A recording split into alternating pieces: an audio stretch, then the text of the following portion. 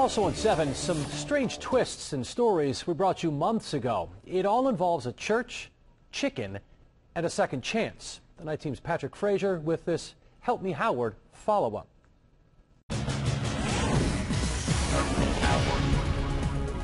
Hey, door's open. When Louis Valdeon came to this house he owned to evict a woman, he never thought he would see this, a chicken hanging upside down. Leave a chicken in the window.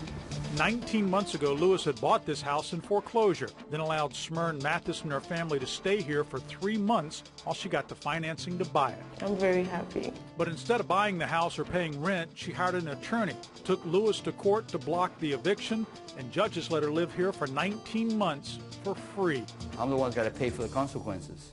Now the house is completely stripped. We'll get to what had been done to the house, but first, the chicken. From the outside, it looked dead, till we saw its eyes blink.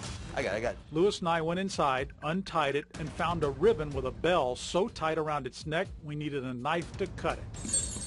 Why do this? I spoke to Smyrn Mathis, the woman who had been living here. She told me she moved out a month before, didn't know who was living there, and didn't know anything about a chicken. Everything is missing. When a judge finally let Louis into his property, the appliances were gone. Someone had gone to the bathroom and 2 closets. They took a inside the closet. Walls were knocked in, light sockets gone, doors missing.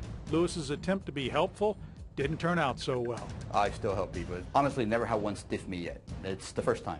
Louis lost a lot of money for being nice, but he only wanted to joke about the chicken. This is a good chicken to put on a commercial. Now from a chicken to a church. The parishioners of Prince of Peace Primitive Baptist Church were on the streets of Miami trying to save their sanctuary in Broward.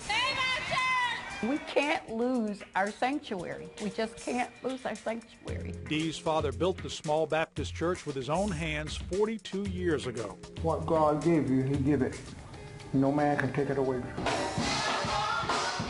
But when Dee called Help Me Howard, the county was going to take their church away because someone forgot to file for the tax-exempt status every church is legally entitled to. The church owed Broward County $24,000 in back property taxes. We can't sell that much chicken or fish or peanuts. Our story aired. South Florida responded. I was floored. Checks poured in. One fellow saw the story and decided to hold a barbecue and a car wash. Yeah, it's that same Louis Valdeon guy again. It's going pretty good. We always collected, I would say we'll collect today $5,000 or $6,000 today. They did. And then a few weeks later, I got a call from Dee.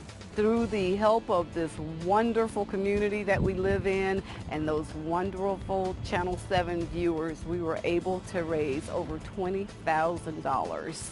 The church has paid off most of the back taxes. They only need a few $1,000s more. And Dee says they're convinced God will continue to answer their prayers. If He brought us this far, He's not leaving us now. Oh, and by the way, back to that hen we found hanging in the house. Louis promised me he'd take it to his farm down in South Dade. He did not. He sent me this picture. Louis decided to keep the hen at his house as a pet. I lost $15,000 in attorney fees, but again, a new friend got a chicken.